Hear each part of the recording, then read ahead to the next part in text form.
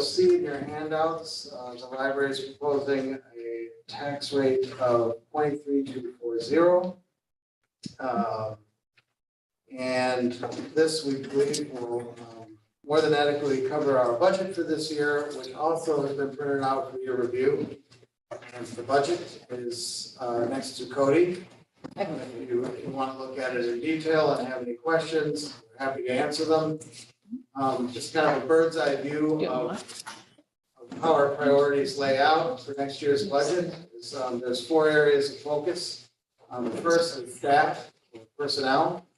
The second is improving our financial system. This investment with staff and with software to help us modernize that process.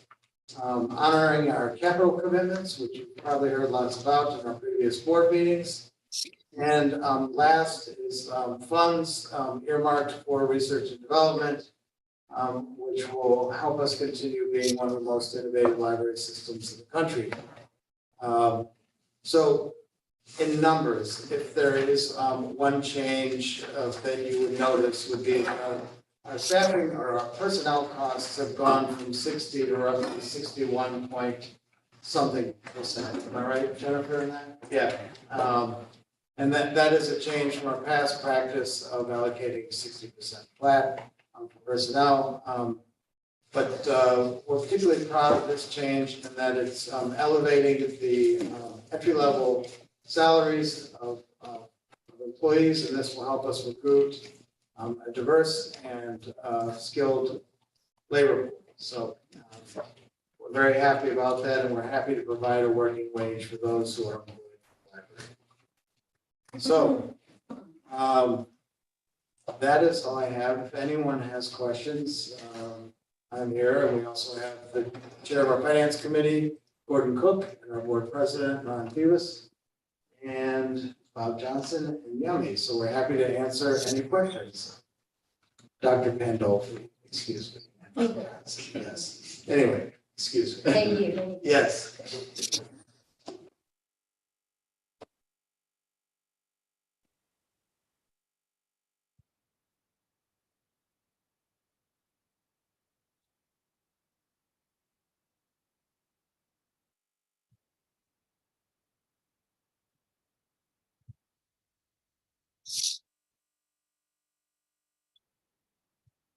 Just so we don't sit here in silence. Oh, yeah. I'm Marcy Gray, I reside in Independence, just a few blocks away from here, and grew up. This was my home library, always has been. As far as my kids are concerned, it always will be. They'll never let me do. I just wanted to express my concern for past action of the board, which rolled back some of the tax impact to me. When I voted to raise the taxes for building capacity within this whole system, I was fully aware of the impact on my taxes and aware of the proposed program. I was also a person who has an understanding that budgets fluctuate, that financial markets fluctuate, and so on. I was making a commitment that amount of dollars to come out of my wallet every year. I would encourage this board to consider that the taxpayers knew what they were doing when they did that, and that as we move forward, and any implications, any decisions that you make, might reconsider raising that back up to the same when the opportunity comes. I would have been thrilled if, for example, if you raise too much money, I would have been thrilled if you go not cut back to match what you appropriate. Because for a lot of families, particularly in this neighborhood, they don't have access to bookstores. They don't have access to online purchasing through Amazon and so on. This is the resource that our families in our neighborhood rely upon. We would rather see our tax dollars, invest them wisely. If that means to share a little surplus, we can do more, I'd be thrilled with that. So, if you would ask some comment, that's just my general remarks for how you proceed with budgets. I don't have something specific to this at this time. Thank you.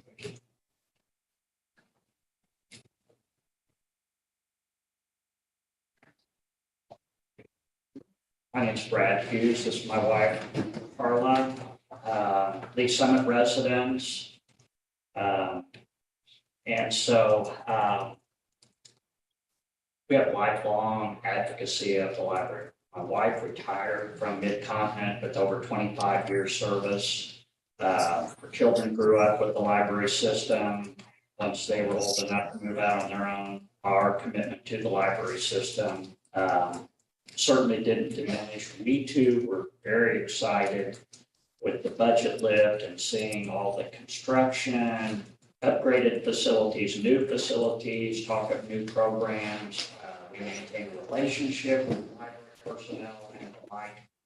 And we too were disappointed with the setback of 2 years.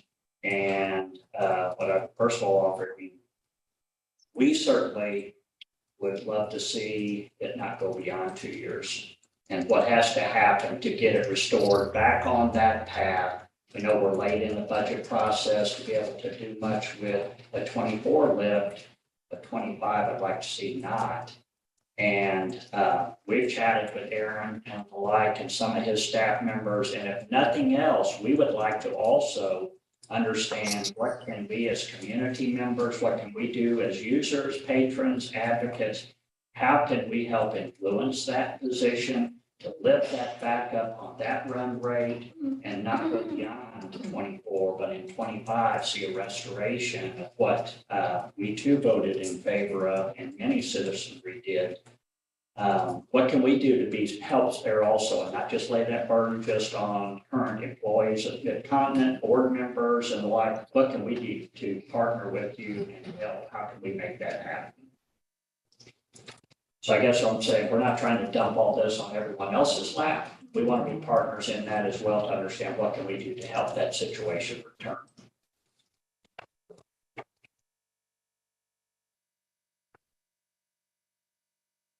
Well, thank you both for your comments. Each of you have demonstrated that you have a keen interest in how we manage the library, right? And I've only been here a short period of time. But what you'll see from administration over the next year is a demonstration of need, if there is one, right? In my budget message, I talk about some of the quote unquote challenges. However, I do think it's a useful exercise for us, this organization at this point in time. The budget that we proposed encouraged us to take a very kind of thoughtful look at our operations to identify places maybe that are in need of more resources and others which could be scaled back in response to changing community need. And so over the next year, what you'll see is proposals from staff on places that could use more investment or an adjustment in our personnel costs with the addition of 2 new branches. One of which is fully staffed at this time. It's a relocation, the other of which is not. But because you're here and you're listening and you're engaged in the process, your feedback on our proposals is welcome. So, I mean, I think this type of transparency and the demonstration of need is something that our county commissioners and the voters really would like to see. And that's what we're prepared to do. And I'll admit up front, I don't know what that need is right now.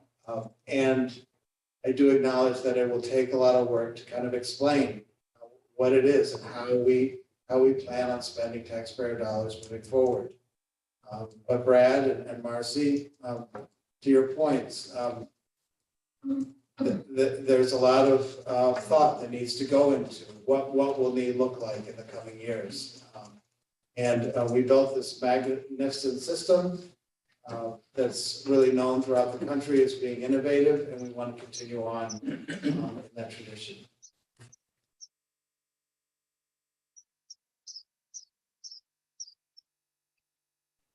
Agree more with your thoughts on lifting investment in staff and the like.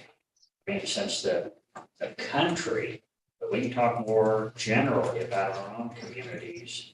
I mean, nearly every business today has added on the words, now hiring, help wanted, whatever to their company name. So it is so competitive out there at this point in time, just to attract Yes, a staff to replace attrition, let alone just grow.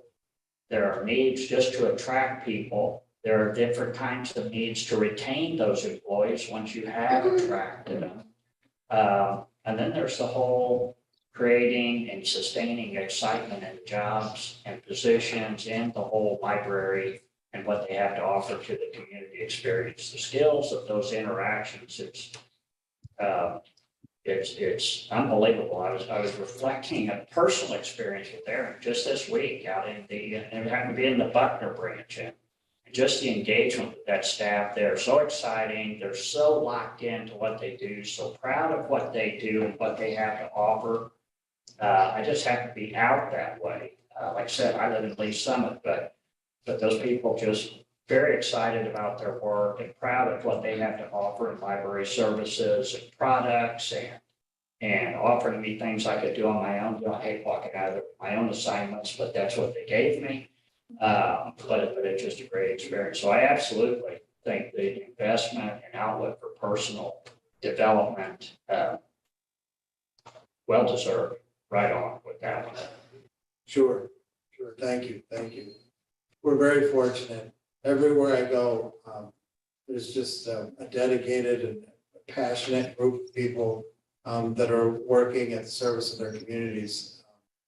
And to me, I mean, that's one of the main attractions to coming here to Mid-Continent Public Library.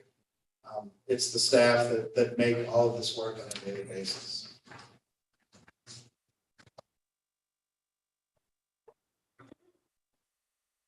If I could ask a couple questions since we're here chatting.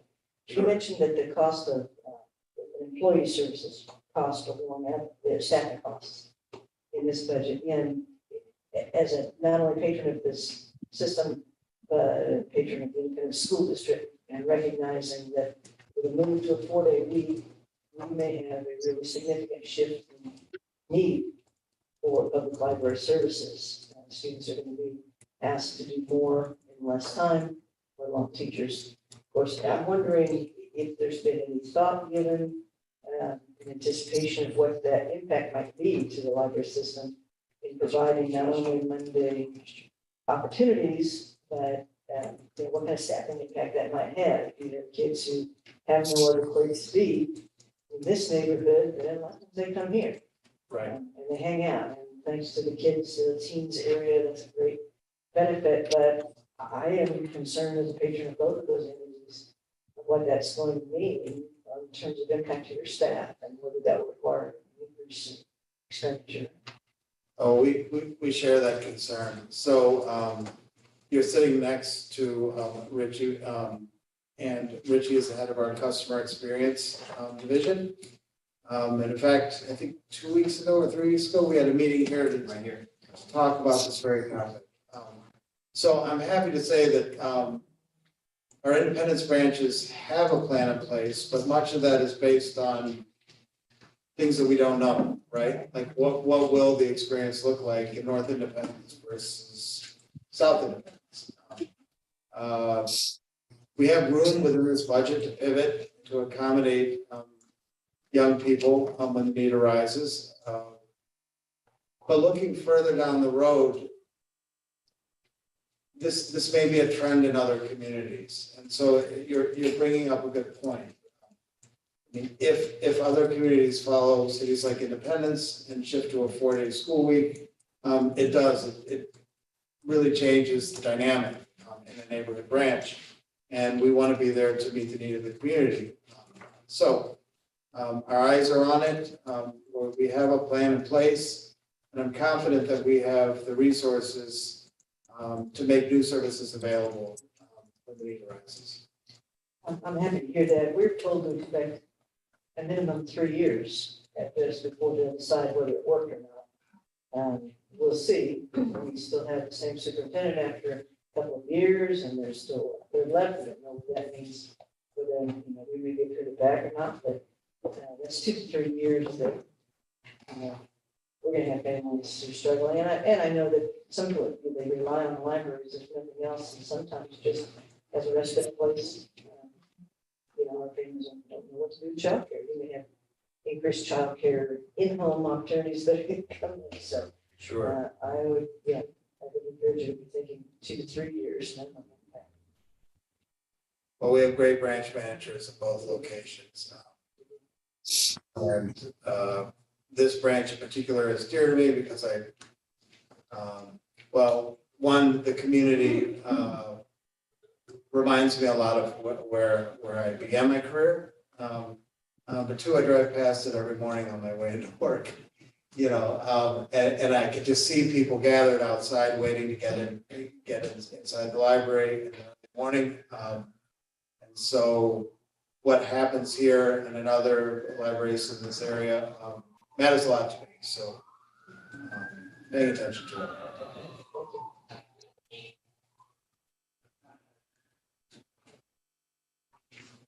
There's no time limit on this, so if you don't have any other questions, that's okay too. Well, could I ask a question?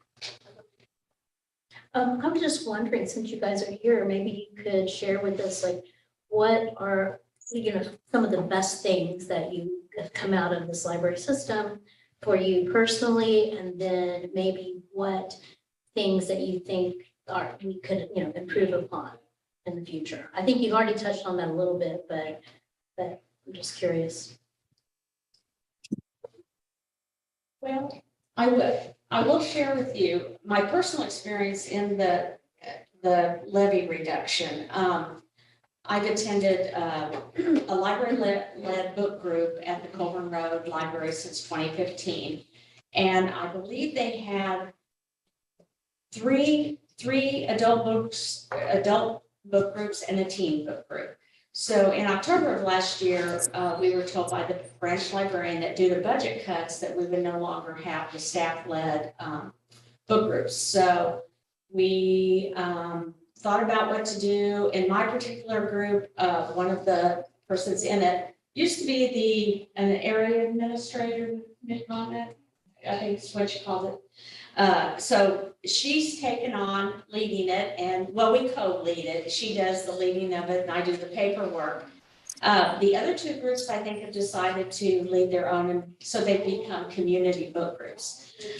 But what came out of that was sad for me was when they came in to tell us that they were going to stop leading those book groups because of budget cuts, was every member in the group basically said, well, I don't understand. I voted for Proposition L, but now you're saying you're cutting the budget, and so you don't have budget to do the book groups.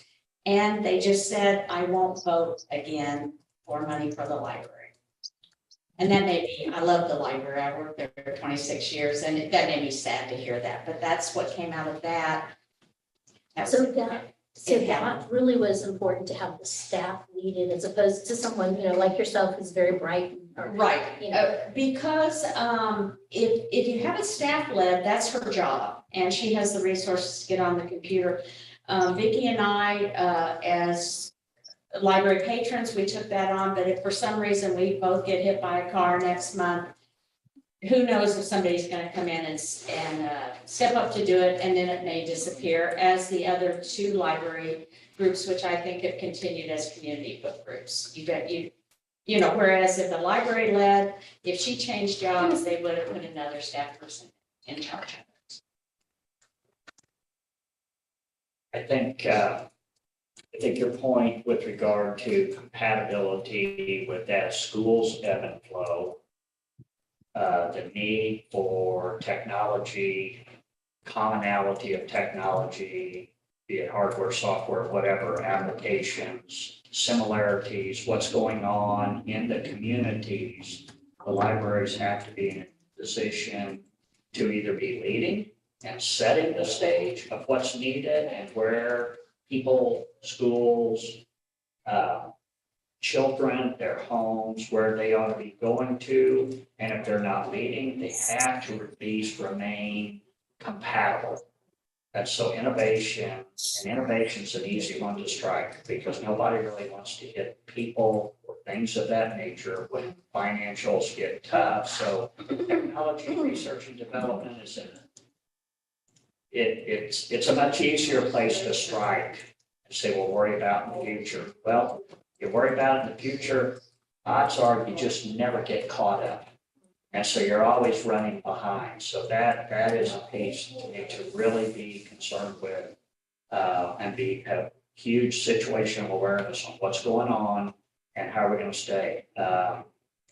You cannot turn on the news for more than, I don't know, 3 or 4 minutes today with the whole discussion around artificial intelligence and like social media. So it's something that's not going to leave us. It's not going to get away from us. So how are libraries positioning, considering remaining informed, both practically as what needs to be done and what's the financial basis to enable that to occur? So to me, that's a big one. And some of that's new. There's not a lot of places to go and research and really, here's what people have done because it's late breaking, it's emerging.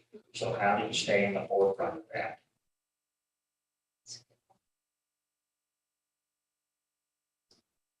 Coming back to the notion of kids and the usage of this facility, I don't know how many of you drive past here after hours, but there are often people in the parking lot in cars. And those are families who don't have the ability to afford internet service in their homes.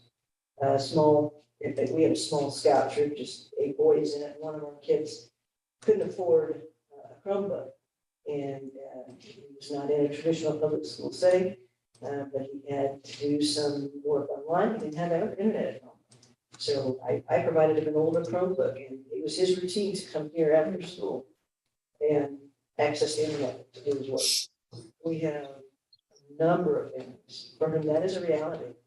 And as school systems more and more rely on online platforms for their learning, kids and families are burdened with, how do you do homework at home when they can't afford those services? So if anything, and we've already said it here and said, this has been an innovative library system nationwide, being at the forefront of new things in development. That's what I want to continue to see it be, not just something that meets the minimum, standards and provide service that where we are now, but anticipating where we're going to be in the future. And in this neighborhood and in changing economy, more and more of our families and kids don't have access to technology.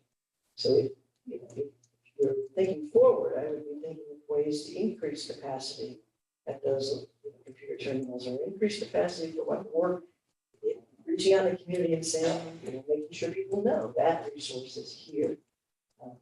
That and as well as children's programming. I've kind of been in this point where my youngest is 15. The next youngest is 21, so I had sort of a little gap here. In the middle of time here, we had a pandemic, so we sort of fell off of some of the in-person programming that occurred, some of the special events and things. We're sort of now swinging back into that. But with a 2-year-old granddaughter coming online, I know my son is up here weekly, here or in the branch for children's times. And so always continuing to provide those services, and particularly for families who don't have access elsewhere. So it's critical. So, those are the features of the library system. It's not so much the books, I do enjoy these books, but I read a lot of things digitally. From when the kids were small, we go home with stacks for the summer reading program. You had the paper strip and you had to write everyone down. Well, there's 20 books and we write them all. So it's not so much about the physical content. It's access to what a library can offer through digital content. I hope they always keep some physical content. Absolutely. There's absolutely a place for that, but understanding that that's not where our kids are being led, even from our school systems. They have to be able to access, what they need for learning almost 24/7 these days. And so many of our families just can't afford that. We noticed in Lee Summit at the Coleman Road branch and also at the Lee Summit branch, you'll see a few cars out in the parking lot after the library is closed. But I was going to mention another thing. Our children are almost 42 and 44.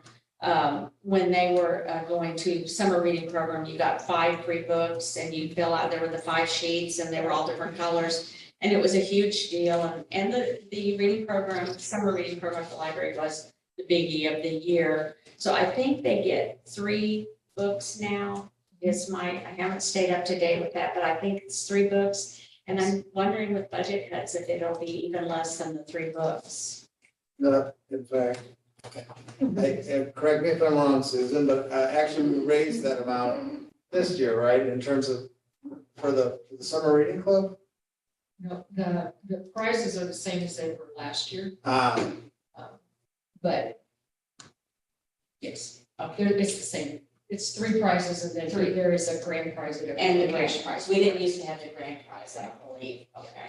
but I'm glad you brought that up. So, like, I welcome this pause this year, one, so we can really think about what it is that we do best and what are the new things that we could bring online, right? Organizations of this size sometimes make the mistake of investing or weighting new ideas more than ones that already exist. So you bring up story time and you bring up summer learning program. To me, these are areas that are working extremely well and one of the biggest draws for young people to the library. With story time, there really isn't a digital replacement. And so the demand for that, I believe, will continue on for years to come. And so the question is, do you hold or do you invest more in it to kind of expand the service both in and outside of the library? Summer learning program, and just a quick little anecdote, which I think goes a long way. Of the many stories that are posted on Facebook, there was one recently of a young boy who I think read 1,000 books. I don't know if you saw this. The level of engagement on that single post is just remarkable. Like maybe 300 people from the community congratulated this young boy for his achievement. And that to me says that people really are focused on the right things. The other posts, it's kind of hit or miss as to whether or not people engage with it. But this little boy standing there with a certificate and the acknowledgement just went a long way. Where at 5, I would say, that's his family. But when it's 300, I mean, that's just an outpouring of support. And I don't know. I mean, I love the shiny things. I love the new technologies. But when I see that, it's just a reminder of really what's most important for the future of the library and its programs and services like that. So you'll see both, but it's a balanced approach to the services we offer. And if you haven't seen the post, go check it out. The kid looks so happy. I forget what his name is. I wish I could mention it, but anyway, it's just a beautiful. Aaron, I agree, and to that point, I will tell you that I have boxes of books at home that I've hung on to for when the grandchild comes along. And I guarantee you that there's a stack of them in there that are labeled that they were some of the programming books. Yeah. My 15-year-old was cleaning his room the other day and came across a couple of books. What do I do? He just said, well, one's in Porter Delaney. I mean, so, books have lasting value, the actual physical copy. And you're absolutely right. It's not everything's digital, but the impact that this system can make in a child's life is lifelong. It's generational. Yeah. The Harry Potter book that my then probably 12-year-old acquired will get handed down to his niece, and continue to make an impact.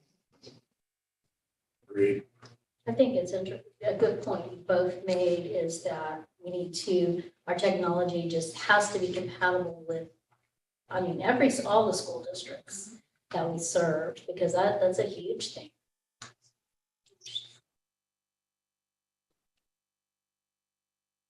All right. Anything else for the? Yeah, I just want to mention, it used to be on television, before they go to commercial, they say, just wait, the best is yet to come.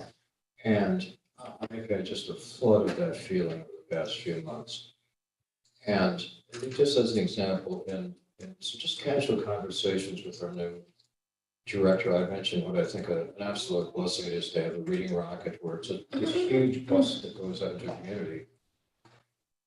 And his comment totally surpassed mine. I said, yeah, maybe we have a lot of smaller ones that have the same service, but a lot more. And the efforts for the past half decade, of course, have been building these beautiful, gorgeous buildings. A lot of kids don't have the access to get there because maybe mom's having two jobs and their family circumstances and even the cost of gasoline. We can't go to these fancy, beautiful buildings. So maybe we can take the value of the library and being in areas where there is, in my estimation, the most deserving and the most need. And they don't have the resources to get to the fancy buildings. But there are ideas by which we can bring the library to those people. Again, we're not going to see it. It's not going to make Architectural Digest, but it's just going to help the kids. To me, So there's- again, the best is really yet to come. To me, there's several examples where institutions have found that that's a pretty good strategy to take things into the communities. One that is very similar and equally successful. I don't know if you're familiar with it or not, but the Kansas City Symphony, everybody can't go down to Kaufman. And during the pandemic, to keep musicians viable and the community interested, one person there designed this approach. She was a volunteer, designed this approach of the music boxes. And so when you see these now, that they're going to have 3 or 4 musicians out in Olin Park, are going to have them out someplace. She designed that whole idea and methodology during the pandemic. And it didn't stop when the pandemic stopped. And now that whole connectivity with communities, like you said, everybody can't make it down to Kaufman, that beautiful auditorium. Boy, everybody can go out and sit in a grass field and watch and hear the music and the like from that these musicians have to offer. To me, it's very similar to this whole connectivity with the communities. And how do you have that exchange of what people are looking for and what people have to offer and connect that. So there's a lot of examples of that where that really works well. I want to give another shout out to why I love libraries and I call them the great equalizers. You mentioned our new beautiful buildings. Last week or the week before, we went up to see Green Hills. We called it our field trip because we live in Lee Summit, so it's a drive, and had lunch up there. And we stayed about an hour in Red. And as we got ready to leave, we saw an older gentleman come in and his shoes looked to be different colors. And of course, I had elderly parents, one with dementia, and I thought, I always put on their shoes, they don't match. And as I got closer to him, when we were walking out, he had duct taped his tennis shoe. Duct tape's not just gray anymore. Apparently, it comes in all kinds of colors, and this was orange. So he had duct taped his tennis shoe to keep it together, and yet he was in the Green Hills Library. And he was welcome there. He was either reading, using a computer, whatever he was doing, but he was as welcome there as anybody else. And that's what I love. Absolutely. Thank you.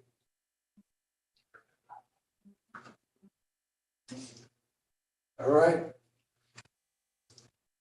Well, Jennifer will close us out with a song.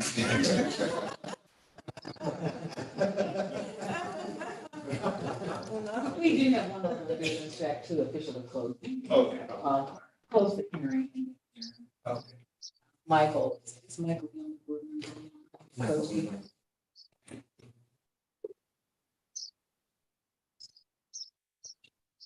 Close the public hearing. Oh, that needs to be a motion, Yeah, I have one. and I'll make that motion. Close the hearing. Second. All in favor? Aye. Aye. Aye. Thank you. Thank you. Thank you.